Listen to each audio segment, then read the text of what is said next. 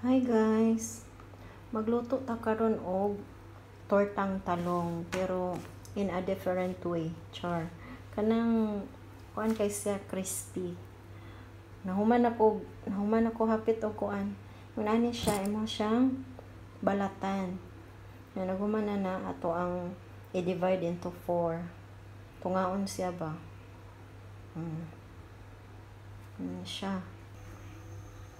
So guys, dapat ingon ani siya. Divide into 4. Luhaw na to siya tanan. So while waiting, maghiwa ta ani. Luhaw siya tanan guys.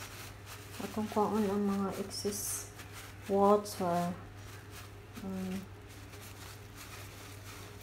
Init pa kaayo.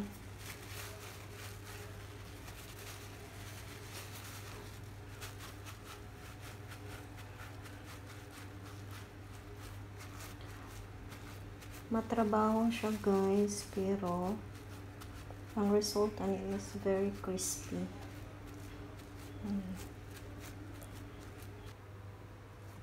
So guys, mauna ni siya tanan. Butangan na nato og breading. After ani guys, magkuha na po ta og itlog.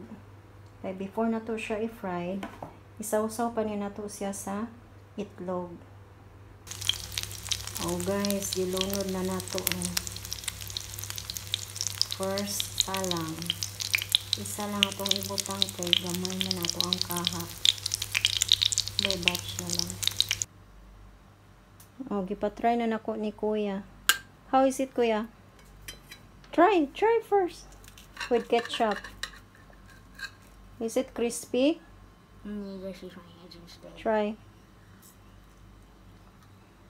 Crispy? Perfect? Before you put it here, it smells like chicken nuggets. Wow. And it tastes crispy like chips. Thank you. Hi guys. So mga untano, ato ang tilawan ang ato ang tortang talong na kakaibang luto. Char. Oh, kakaibang luto. Dili siya simple ra. Nga diretso ra og kanang kuan. Sugba. Atong butangan og ketchup lang sa ta guys, di sa ta magtuyo og lemon.